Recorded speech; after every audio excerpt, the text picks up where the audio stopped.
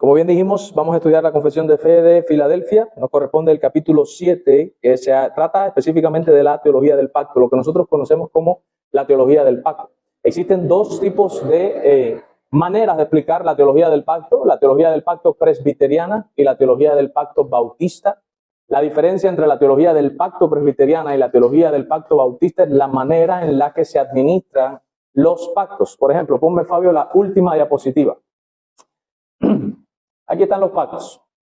Nosotros creemos como bautistas que hubo 7 pactos. Un primer pacto que es el pacto de la redención, que es un pacto intratrinitario en donde el Padre, el Hijo y el Espíritu Santo se ponen de acuerdo para salvar a seres humanos. El Padre es el que diseña el plan, el Hijo es el que va a ser el encargado de ejecutar ese plan y el Espíritu Santo es el que se va a encargar de hacer gracias que el plan funcione. ¿Okay? O sea, se pusieron de acuerdo de esta manera. El Padre fue el que dijo, ok, esta es la manera en la que se va a hacer. Y le asignó la tarea a Cristo. Cristo, tú vas a hacer esto que yo diseñé, este plan que yo hice, tú lo vas a ejecutar.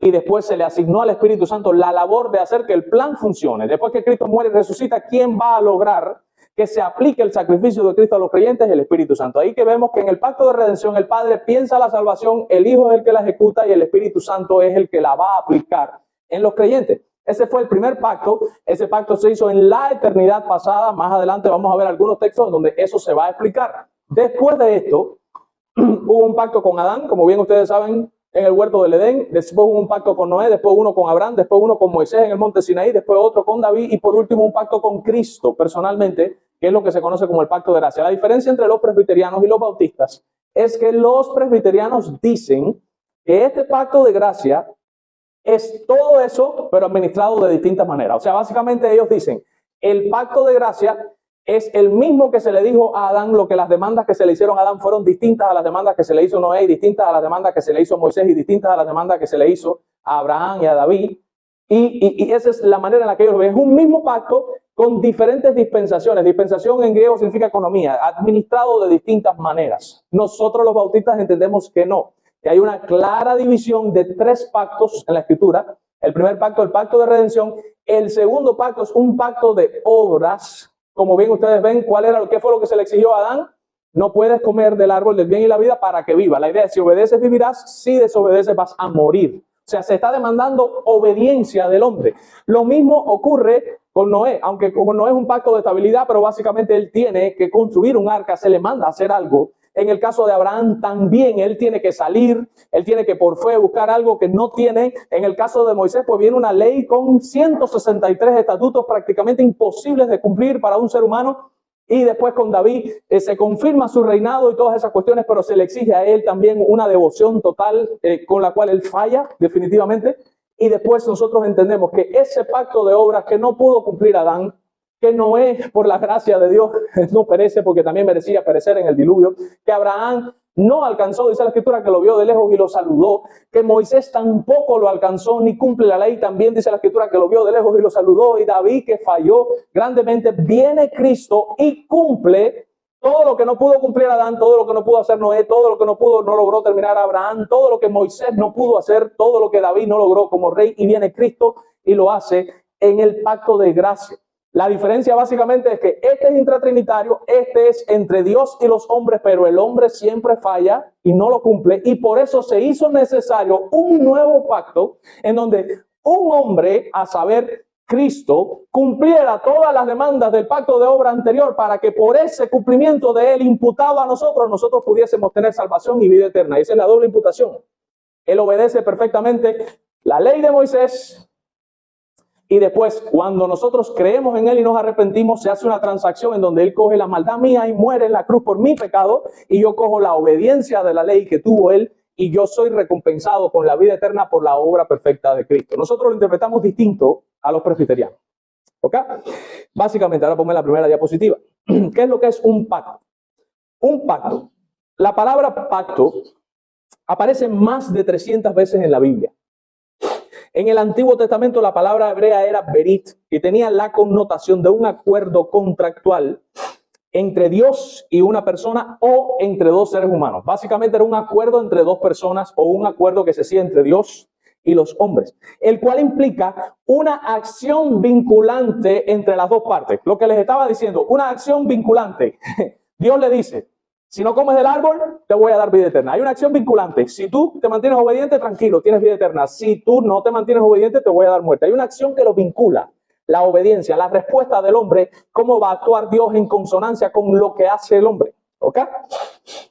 De ahí que vemos que la palabra pacto también está aplicada en el Antiguo Testamento a pactos entre hombres, como en el caso del pacto que hizo Abraham con Abimelech, y también en los tratos de Dios con el hombre en distintos momentos de la historia de la redención, en donde se menciona explícitamente estas palabras, por ejemplo, el pacto con Noé, el pacto con Abraham, el pacto con Moisés, el pacto con David. Pero la gran diferencia entre un pacto entre hombres y el pacto que Dios establece en la Escritura es que en el caso de los hombres, el pacto se mantiene hasta que una de las partes quebranta el pacto. ¿Sí o no? Hay un acuerdo entre nosotros, entre tú y yo, y el acuerdo está vigente hasta que una de las partes viola el pacto. Por ejemplo, Corea del Norte y Corea del Sur en teoría todavía están en guerra. Ellos tienen un armisticio. La idea es que ellos pararon la guerra, pero en teoría todavía, aunque dividieron el país y se dividió Corea del Norte y Corea del Sur, ellos todavía están en guerra. Sin embargo, la guerra no ha continuado porque ninguna de las dos partes ha violado y se ha pasado para el otro lado y ha seguido disparando. Pero el día que uno de los dos se atreva y entre en el territorio del otro y dispare, ahí mismo se acaba la paz. No sé si me entienden. Eso es lo que ocurre en el pacto entre dos hombres. Estamos tranquilos, pero hasta que uno de los dos rompe el pacto. Cuando uno de los dos rompe el pacto, se queda anulado por completo el pacto. Pero en el caso de Dios es distinto. Él ha definido su pacto, y este es lo glorioso del pacto que hace Dios, como una promesa garantizada, como un juramento a manera de testamento. De hecho, la palabra griega que se utiliza en el Nuevo Testamento para pacto es diatheke, y tiene una connotación de un convenio planeado por una de las partes que debe ser aceptado o rechazado por la otra parte, de modo que no pueda cambiarse. La idea es como que si aceptas el trato con Dios, ese trato es inquebrantable, no se va a cambiar porque es una promesa con juramento. No depende de mi obediencia si se va a quebrar el pacto, no depende de la promesa que hizo Dios, donde dice la Escritura que no pudiendo jurar por nadie más, juró por él mismo y así interpuso el juramento en el pacto que ha establecido con nosotros. Y dice claramente que este es un nuevo pacto prometido por Dios y ejecutado por la muerte del testador. ¿Se recuerdan cuando estábamos leyendo en Hebreo que el pacto, para que tome efecto, tiene que morir el testamento, tiene que morir el testador? Y asimismo, ¿quién es nuestro testador? Cristo. Cuando muere Cristo, pues entra en vigor el pacto porque el testador ha muerto. Y la herencia que él dejó en ese testamento ahora sí se puede aplicar. Por eso nosotros los bautistas sí distinguimos entre el pacto, los pactos de arriba y el pacto de Cristo, porque se nota una clara distinción y en Hebreo lo deja bien claro. Y dice claramente, lo leímos ahí, que cuando se establece un nuevo pacto se está dando por viejo y por invalidado el anterior. O sea, Hebreo sí te está haciendo una distinción. Oye, aquí hay dos pactos. No es un mismo pacto administrado de distintas maneras. Es que hay dos pactos distintos. ¿Ok? Ahora bien, Dios entra con los creyentes en una relación de pacto. Esto nos tiene que quedar claro. Y dicho pacto es el que sienta las bases del trato que recibirá ese creyente de parte de Dios. O sea, de otra manera para decirlo, Dios no se relaciona con ningún ser humano si no es a través de un pacto. ¿Por qué? Como el pacto es una promesa interpuesta por un juramento en donde Dios mismo no puede violar lo que Él mismo ha jurado hacer, porque Dios no se puede negar a sí mismo, es menester para Él relacionarse con nosotros por medio de un pacto, porque nosotros estamos tan cargados de maldad que si no hay un pacto por el medio y Dios se quiere acercar con nosotros, lo único que resta para nosotros es que Dios nos consuma, porque Él es terriblemente santo y nosotros somos terriblemente pecadores. Lo único que logra que Él no consuma a nuestros seres es que Él ha prometido que todos aquellos que se refugian en Cristo, y como Cristo entró en un pacto de gracia con Él, pues esas personas serán preservadas. Por esta causa, Dios, escuchen bien esto, no puede dejar de bendecirnos, ni no puede dejar de tratarnos como hijos de Él. Escuchen bien esto, no puede. Pues Él nos ha puesto en una relación de pacto con Él mismo, en la cual, por causa de la muerte expiatoria de Cristo, Él ha cargado en Jesús todos nuestros pecados, y por eso lo condenó a Él en la cruz a morir, y al mismo tiempo me ha revestido a mí con la rectitud de Cristo, y por eso soy tratado como debió haber sido tratado Cristo. Todo eso porque formó parte de un pacto unilateral en el cual Dios ha prometido que yo seré su pueblo y Él será mi Dios. Dios no puede dejar de amarte. Dios no puede dejar de bendecirte. Y por eso dice el salmista, ciertamente el bien y la misericordia, y lo que dice ahí es me perseguirán, es una traducción más acertada, me perseguirán todos los días de mi vida. ¿Por qué? Porque he entrado en un pacto con Dios, y aunque yo peque contra Dios, como Él interpuso un juramento de que yo seré para Él por pueblo y Él me será a mí por Dios, eso significa que yo no puedo dejar nunca de ser su pueblo y Él no puede dejar de bendecirme. Por eso es que es obvio que la salvación no se pierde. Dios nos puede castigar, nos puede reprender porque hemos pecado, para enseñarnos, para apartarnos del mal, para santificarnos, pero no me puede desechar, porque ha entrado en una promesa con juramento conmigo en la cual Él me ha prometido que como yo me he refugiado en Cristo, pues Él me ha dado vida eterna. Y me he refugiado en Cristo porque Él me escogió. Eso que quede claro, no fue por una decisión personal. Ok, teniendo en cuenta esto, pásame la diapositiva, en el capítulo 7 de la Confesión de Fe de Filadelfia del año 1742, ya comenzamos con el primer párrafo. Y miren cómo empiezan a redactar estas personas. Dice, la distancia entre Dios y la criatura es tan grande, miren cómo lo dice, es tan grande la distancia entre Dios y la criatura, que a pesar de que las criaturas racionales le deben obediencia a Él como su creador, sin embargo, nunca podría haber alcanzado la recompensa de la vida eterna, obviamente, a no ser por alguna condescendencia voluntaria de parte de Dios, que Él ha tenido el placer de expresar por medio del pacto. Vamos a desglosar eso. Si ustedes notan, yo puse en negrita esta primera oración. La distancia entre Dios y la criatura es tan grande. Lo primero que uno tiene que entender es lo alejados que nosotros estamos de Dios. Todo lo que es Dios así de santo, glorioso y hermoso y perfecto, así mismo para atrás somos nosotros de malos, de pecadores, de depravados, de malvados, de todo eso. Así de distante estamos. Él es santo, santo, santo y nosotros somos pecadores, pecadores, pecadores. A tal punto que si alguno de nosotros fuera a pagar por su pecado, va al infierno y pasa la eternidad entera pagando por los pecados que cometió en la tierra, y después cuando termine de pagar los pecados que cometió en la tierra, continúa pagando los mismos que está cometiendo el mismo en el infierno, porque mientras te estás quemando y estás ardiendo, sigues pecando y teniendo malos pensamientos y teniendo malos deseos y pensando malas palabras y pensando, y si tienes que seguir pagando, y eternamente te pasas la vida entera. Por eso es que las personas cuando son enviadas al infierno le pasan la eternidad entera en el infierno, porque están pagando por sus pecados y continúan por el resto de la eternidad pagando por los pecados que siguen cometiendo en el mismo infierno.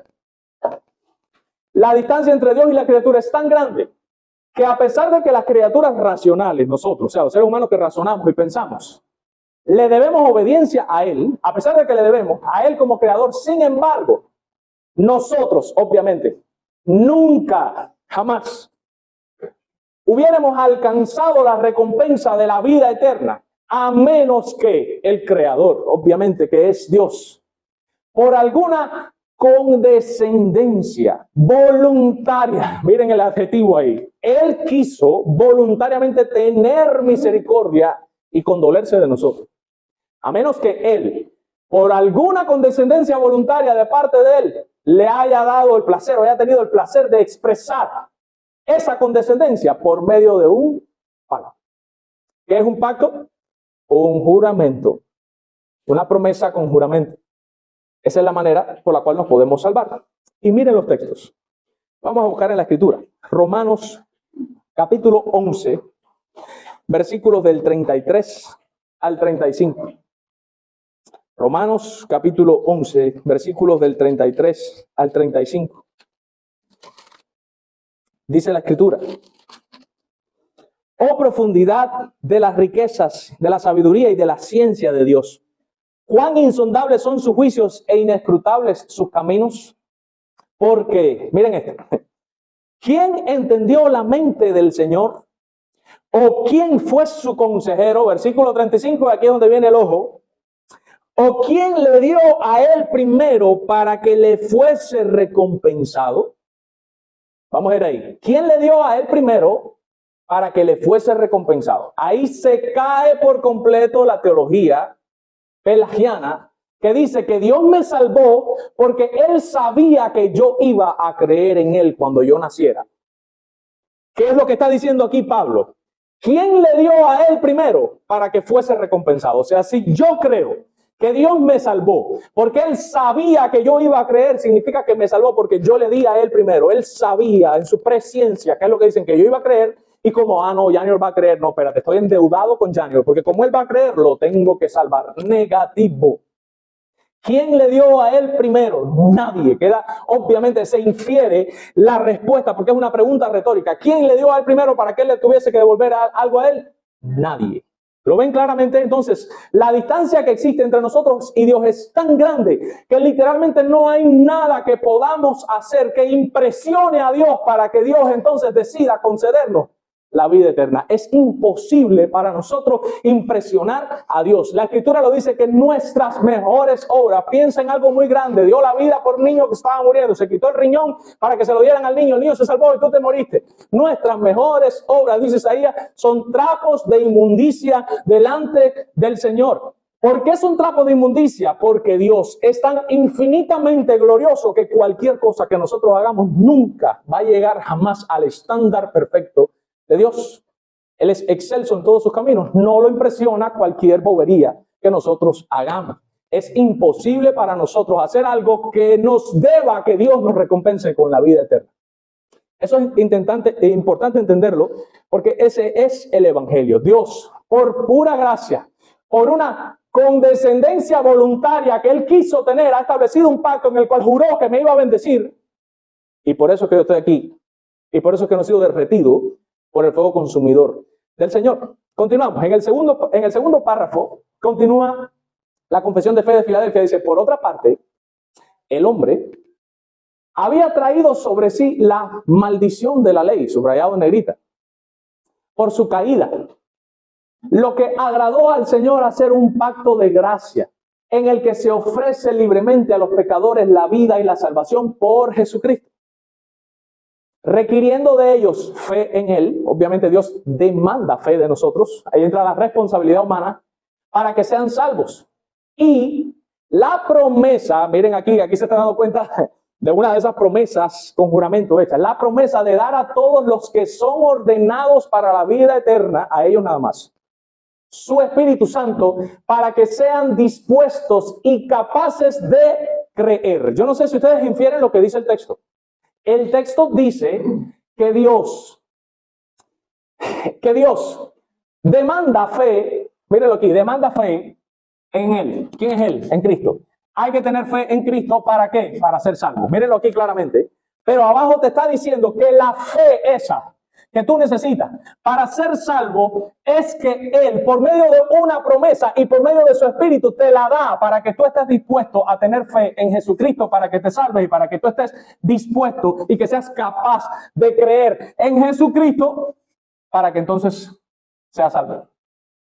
Eso es lo que está diciendo el texto. Y nosotros lo sabemos, que la fe es un don de Dios. ¿Qué dice Hechos? Y creyeron todos los que fueron ordenados para vida eterna. Y por eso usó esa frase. O sea, esta frase no es una frase, no voy a decir el nombre, no, es una frase bíblica. Le gusta a quien le guste y le pese a quien le pese. La frase está en la Biblia. Creyeron, ¿quiénes?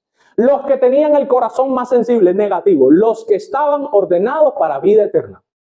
Si usted le hace una pregunta inductiva al texto, ¿por qué creyeron? El texto te responde, porque Dios los ordenó para vida eterna. Y miren la palabra, ordenó. Fue una orden, fue un comando, fue una decisión unilateral de Dios tomada desde antes de la fundación del mundo, en el cual Él eligió a un grupo de personas y los ordenó a ellos para que cuando les fuese presentado el evangelio, ellos creyeran y se arrepintieran. Estamos hablando de la elección. Miren los textos bíblicos. Vamos a buscar los textos. Gálatas, capítulo 3. Vamos a tratar de ser ágiles para no demorarnos mucho. Gálatas, capítulo 3, versículo 10. Dice claramente: porque todos los que dependen de las obras de la ley están bajo maldición, pues escrito está: maldito todo aquel que no permaneciere en todas las cosas que están en este libro de la ley para hacerlas. ¿Qué significa eso? La ley tiene una maldición. La ley tiene una bendición y tiene una maldición, que es lo que dice Deuteronomio 28. Las bendiciones de la obediencia y las maldiciones de la desobediencia. Recuerden, ¿dónde está? Ese es el pacto mosaico. El pacto mosaico no es todavía como tal el nuevo pacto. Ese todavía es parte del pacto de obras. Por eso es que a mí me da genio cuando yo veo las publicaciones en Facebook donde las personas ponen: elige la obediencia para que tengas vida, porque si eliges la desobediencia no. Y citan Deuteronomio 28 aplicándolo a nosotros. Como si nosotros estuviéramos bajo el pacto de Moisés. Hermano, para que usted tenga una idea, eso es como que yo cogiera ahora y les dijera a ustedes que todos los niños varones se tienen que circuncidar a los 8 días de nacido y les citara la Biblia en el Antiguo Testamento. Y ustedes me dijeran, pero es que ya nosotros estamos en un nuevo pacto. Bueno, pues les digo lo mismo a los ignorantes de Facebook. Ya estamos en un nuevo pacto. Deuteronomio 28 eran las demandas del antiguo pacto, del pacto mosaico, no las demandas del nuevo pacto en el cual estoy yo. No pueden aplicarme a mí en el nuevo pacto lo que dice Deuteronomio 28 porque yo no estoy bajo el pacto mosaico, yo estoy bajo el pacto de gracia. Eso que nos quede claro. Eso, así es como funciona y es como tiene que ser. Esa maldición de la ley, que era la desobediencia que tenía que caer sobre aquel que la desobedeciera, ¿sobre quién cayó? Sobre Cristo. Y la bendición de la ley que se la ganaba el que la obedeciera completamente. ¿Y quién obedeció la ley perfectamente? Cristo. ¿Sobre quién cayó? Sobre los creyentes. De manera tal que la maldición de la ley cae sobre Cristo y la bendición de la ley que gana Cristo cae sobre los creyentes. Y por eso Él es castigado y nosotros tenemos vida eterna. ¿Qué dice el próximo texto? Romanos capítulo 3, versículos 20 y 21. Este texto es clave, hermanos, para entender el Evangelio. Romanos capítulo 3, versículos 20 y 21 dice claramente: ya que por las obras de la ley ningún ser humano será justificado delante de él, porque por medio de la ley es el conocimiento del pecado. Contraste, ahora, aparte de la ley, se ha manifestado la justicia, y la palabra justicia vamos a traducirla por la rectitud de Dios, testificada por la ley y por los profetas, la justicia de Dios por medio de la fe en Jesucristo. ¿Para quién es esa justicia? Responde Pablo: para todos los que creen en Él, porque no hay diferencia entre judíos y gentiles, es lo que él se refiere, y para todo el que crea, sea judío o sea gentil, esa rectitud está disponible en el nuevo pacto, obviamente. Romanos 8, versículo 3, dice: porque lo que era imposible para la ley, por cuanto era débil por la carne de Dios, por la carne, Dios, enviando a su Hijo a semejanza de carne de pecado y a causa del pecado, condenó al pecado en la carne. Lo que no podía lograr la ley, lo logra Cristo. ¿Ok? Juan 3:16, ni lo vamos a buscar, porque todo el mundo se lo sabe. Vamos a aclarar este texto, hermano, porque aquí hay serios problemas con este texto. Porque de tal manera amó Dios al mundo. Pregunta: ¿qué es lo amado? El mundo. ¿Qué ha dado a su Hijo unigénito? Segunda pregunta: ¿qué es lo dado? A Cristo. ¿Sí o no? Para que todo aquel que en él cree no se pierda, mas tenga vida eterna. ¿Para quién dio a Cristo? ¿Qué responde el texto? Para los que creen. La gente piensa que como empieza hablando del mundo, de que Dios abrió el mundo, ellos creen como que sigue hablando del mundo y no, hermano, el sujeto cambió. Sí, es verdad que empieza diciendo Dios amó al mundo, pero no sigue diciendo que Dios dio a Cristo para que el mundo se salvara. Dice que aunque Dios amó al mundo, demostró ese amor dando a su Hijo, pero no para que se salve el mundo, sino para que se salve todo aquel que en él cree. Eso está claro, hermano. Es nada más tener un poquito de nivel cultural y leer correctamente el texto para que ustedes se den cuenta que lo dice claramente Juan 3:16. El texto que más utilizan para rebatir esa enseñanza es el texto que más claro deja la enseñanza de que Cristo fue dado para los que creen. Eso nos tiene que quedar claro. Juan 6, 44 y 45, ni lo busquen. Ninguno puede venir a mí si no le fuere dado del Padre. Eso no lo voy ni a explicar, ni me voy a detener tanto en eso. Y Hechos 13, 48, ya lo dijimos, y creyeron todos los que estaban ordenados para vida eterna. Aquí no hay más nada que hablar. Vamos a pasar al tercer párrafo. Continúa. Dice: este pacto se revela en el Evangelio. Miren cómo concluye. Se está hablando del pacto, Dios hizo un pacto porque la distancia es grande, pero ahora te dice, bueno, ¿dónde se reveló ese pacto? ¿En Moisés? No. ¿Con David allá? ¿Con Noé? ¿Con Adán? No. Este pacto, por medio de la fe en Jesucristo, en el cual nosotros nos salvamos, ¿dónde se reveló? En el Evangelio. Hermanos, el Evangelio es el pacto. Cuando tú predicas el Evangelio, ahí básicamente tú estás dando las demandas del pacto. Y estás diciendo lo que Dios ha prometido, que es dar vida eterna a todos los que crean en Cristo y se arrepientan. Este pacto se revela en el Evangelio, en primer lugar, a Adán. Tú dices, el pacto, el nuevo pacto se le reveló a Adán. Sí, se le reveló a Adán. Cuando Dios le dijo, pondré enemistad entre tu simiente y la simiente de la mujer, ella te herirá en el calcañar, pero él le aplastará la cabeza. Ese es el protoevangelio. La primera vez que se menciona el evangelio, el pacto de gracia, la primera vez que se mencionó fue en el mismo huerto del Edén, después de haber pecado el hombre y la mujer, donde se dejó claro que de la mujer, de Eva, iba a venir según la carne un hombre que le iba a aplastar la cabeza a esa serpiente que engañó a Eva, que es el diablo. Y ese hombre que vino y acabó y derrotó el imperio de Satanás es Cristo. Ahí está el evangelio.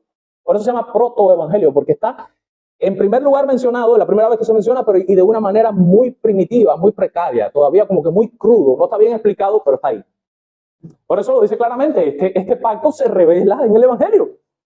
En primer lugar, a Adán en la promesa de la salvación por la simiente de la mujer. Y después, por los pasos más lejos hasta que el descubrimiento del mismo fue terminado en el Nuevo Testamento. Esa es la teología del pacto bautista. Primero el protoevangelio y después poquito a poco. Bueno, ok. Pásame la otra diapositiva. Hay un hombre que viene. Ese hombre viene a salvar a los seres humanos, pero los seres humanos están acabando. Dios hace un diluvio y erradica, pero después promete que va a haber estabilidad para él poder salvar a esos seres humanos. O sea, lo que yo entender con el pacto de Unidad, aunque yo detesto el pecado y lo que me pide mi santidad es que yo erradique la raza humana por amor a ustedes, por un pacto que ya yo establecí ante la fundación del mundo, los voy a dejar vivir, los voy a dejar que pequen. No porque me gusta verlos pecar y no porque yo quiero que pequen, sino para que viviendo, cuando les sea presentado el evangelio, se logren salvar. Por tanto, Dios establece una estabilidad. Después, por medio de Abraham, ya comienza y ya el círculo se va cerrando. Ya no es el mundo entero, ahora es esta gente que viene por medio de Abraham, que ahí estamos nosotros, porque la Biblia dice que nosotros los que tenemos la fe de Abraham somos contados como hijos de Abraham según la fe. Después, él establece cuál es la ley de ese pacto, una ley imposible de cumplir. Después ya establece como tal un reino, un imperio, dando a entender que Cristo, fíjense, todo esto son sombras de este. Cristo es el verdadero Adán, que nos representa a nosotros, el postrer Adán, que va a morir por seres humanos malvados que merecen ser erradicados, pero que Dios por su gracia no los erradica, y que Él tiene un pueblo escogido desde antes de la fundación del mundo, y ese pueblo tiene una ley santa, a saber, su palabra, que es inquebrantable y que permanecerá por los siglos de los siglos en el cielo, y que ese reino tiene un rey que es Él, que es Cristo, y ese rey reinará sobre ellos, y seremos a Él por pueblo, y Él será a nosotros por Dios. Mírame para atrás, en el párrafo tercero. Por eso es que dice que después, los pasos más lejos, o sea, los próximos pasos que vinieron, los próximos pactos que vinieron, hasta el descubrimiento del mismo fue terminado en el Nuevo Testamento. Y se funda, y aquí está en negrita todo, en esa eterna transacción del pacto que había entre el Padre y el Hijo. Y aquí está hablando del pacto de redención, ¿no? Esa promesa del Evangelio se funda o se basa en una transacción que hubo entre el Padre y el Hijo. O sea, esa transacción es un pacto, un acuerdo que hubo entre el Padre y el Hijo. Y ahí está hablando del pacto de redención. Acerca de la redención, miren la palabra clave ahí, hay una transacción, un pacto de redención. ¿Para quién es ese pacto de redención? Para los elegidos. Y solo por la gracia de este pacto, es solo por la gracia de este pacto que toda la posteridad de Adán caída, que alguna vez fueron salvados, han obtenido la vida y la inmortalidad bendita. Pues el hombre es ahora absolutamente incapaz de la aceptación de Dios en los mismos términos en que Adán se encontraba en su estado de inocencia. Voy a explicar este primero para después ir a este. Dice que nosotros ahora somos incapaces de aceptar los términos de Dios de la misma manera en que sí podía Adán aceptarlo. ¿Por qué? Y aquí es donde viene la cuestión del libre albedrío, el famoso libre albedrío. La palabra libre albedrío significa dos cosas, o tiene dos connotaciones. Primera connotación, libre voluntad. O sea, que usted decide ponerse una camisa blanca hoy, eres tú el que la decide. Si es en ese sentido, podemos decir, sí, todos tenemos libre albedrío. Porque tú te pusiste la ropa que tú quisiste ponerte hoy, tú te peinaste como tú te quisiste peinar hoy, tú te pintaste el pelo como te lo quisiste pintar hoy, tú te lavaste la boca hoy a la hora que tú quisiste lavarte, te despertaste a la hora que fuiste tú el que decidiste hasta ahora. Cuando nos estamos refiriendo a que si el hombre puede elegir entre obedecer a Dios o rechazar a Dios, ahí sí tenemos que decir que no tenemos libre albedrío. Y no porque yo lo quiera decir, porque la Escritura da testimonio de eso y vamos a buscar los textos ahora. Y por eso es que no estamos en la misma condición de Adán, porque cuando Adán fue creado, Adán sí tenía libre albedrío. O sea, Adán, como fue creado santo, tenía la capacidad de obedecer a Dios o la capacidad de desobedecer a Dios. Tenía las dos opciones. El Nuevo Testamento nos deja claro que como caímos en pecado, estamos destituidos de la gloria de Dios. Esta parte de escoger lo bueno se nos fue quitada. Y ahora lo único que nos queda es hacer lo malo constantemente y no podemos elegir a Dios porque ya no tengo esto se me fue por causa de la caída de Adán. Y eso es lo que está diciendo, que ahora como no estamos en la misma condición de Adán cuando fue creado, por eso ahora somos significa no, capaces, no tenemos la capacidad que tenía Adán en el principio de elegir las cosas buenas. ¿Dónde demostramos eso? Romanos capítulo 3, versículos del 10 al 12. Estamos ahí mismo en Romanos. Capítulo 3, versículos del 10 al 12 dice, como está escrito. Hermanos, aquí cito un salmo. Aquí se está citando un salmo y lo está diciendo el Nuevo Testamento. O sea, están los dos testamentos para que quede claro.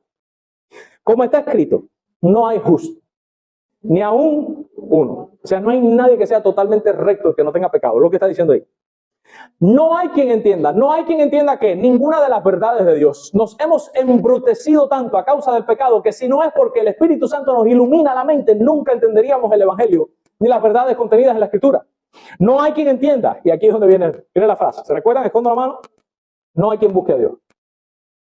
Tú viniste buscando, tú dices, yo estoy buscando de Dios. ¿Tú sabes lo que significa eso? Si de verdad tú estás buscando de Dios, que Dios ya ha hecho una obra en ti para que tú lo busques. Y que realmente te buscó a ti. Y por eso tú lo estás buscando a Él. Pero que salió de ti voluntariamente, no. La Escritura no puede ser quebrantada. Sea Dios veraz y todo hombre mentiroso. Dios está diciendo en su palabra que no hay quien busque a Dios. Y de hecho sigue diciendo, todos, si usted mira el contexto, está hablando de la raza humana por completo. Todos se desviaron.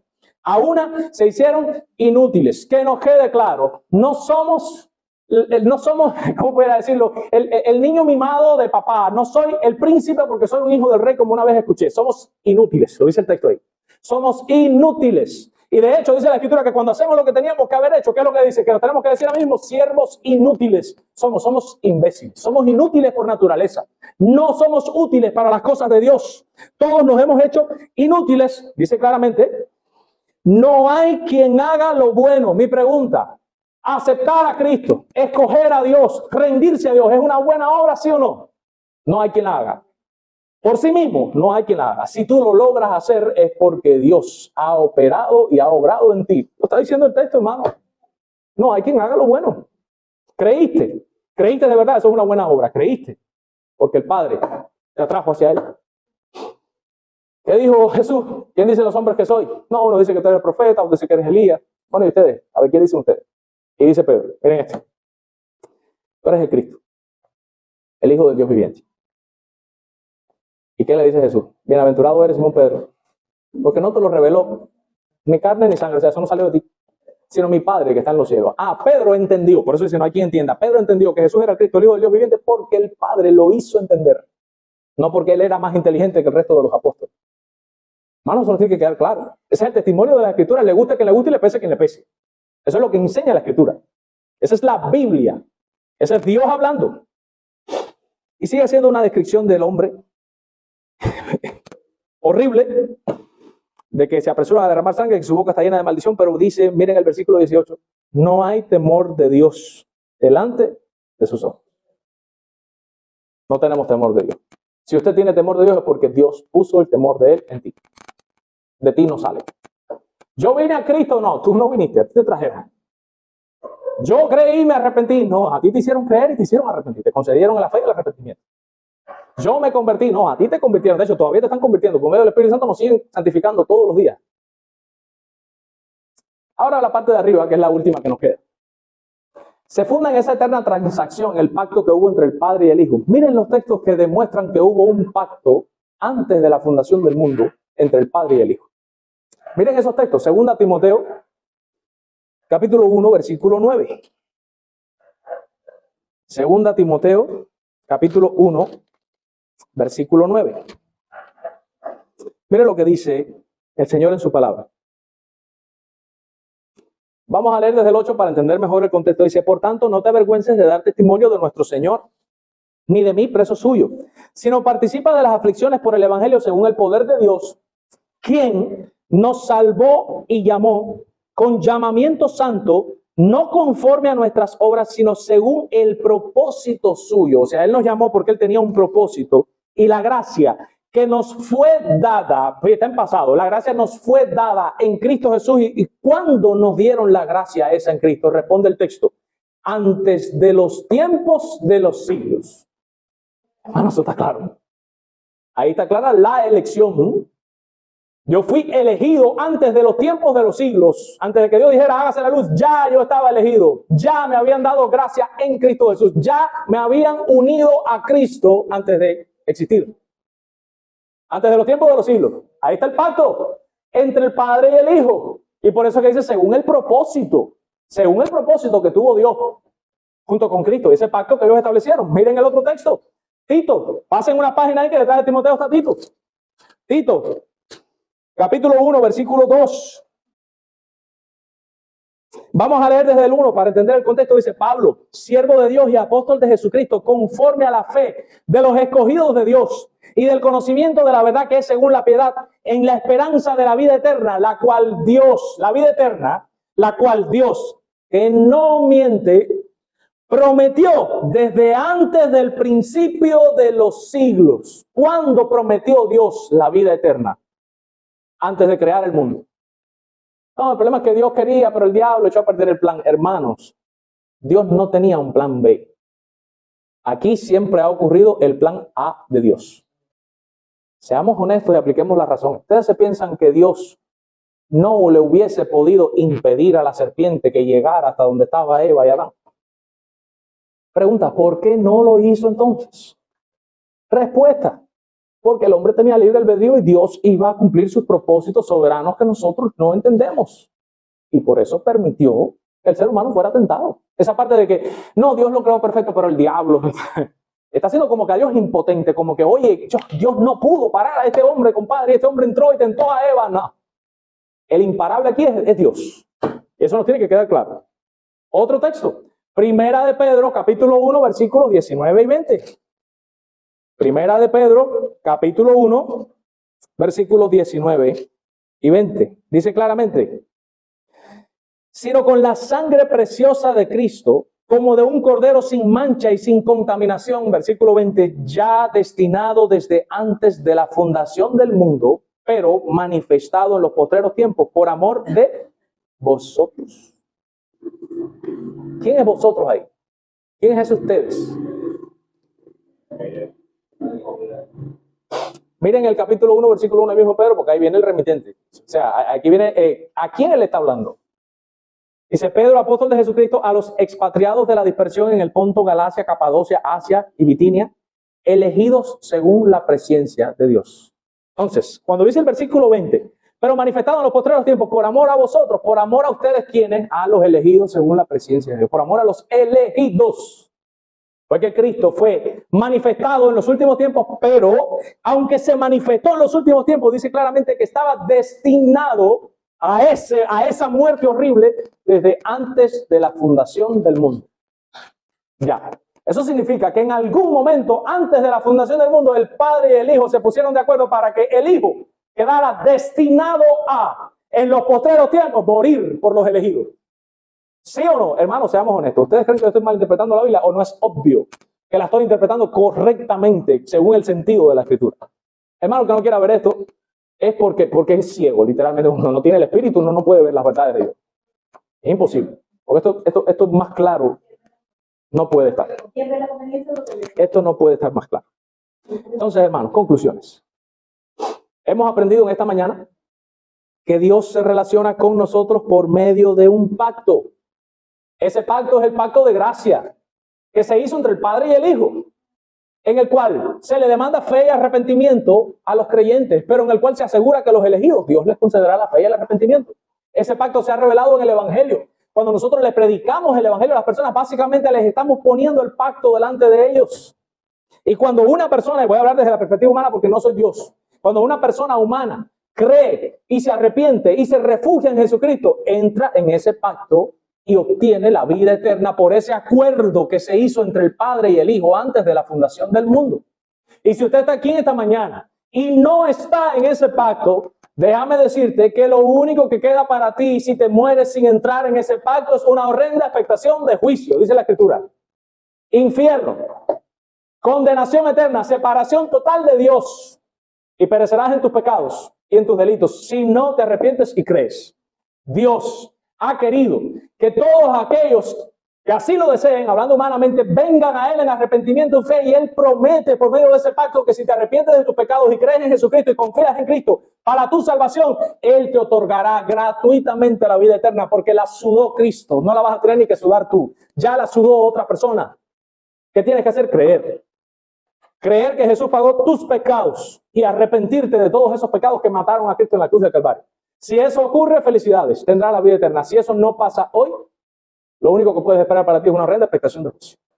Con el corazón en la mano te lo digo, para que corras a Cristo y te arrepientas de tus pecados y halles el oportuno socorro para ti. Ese es nuestro deseo. Vamos a orar.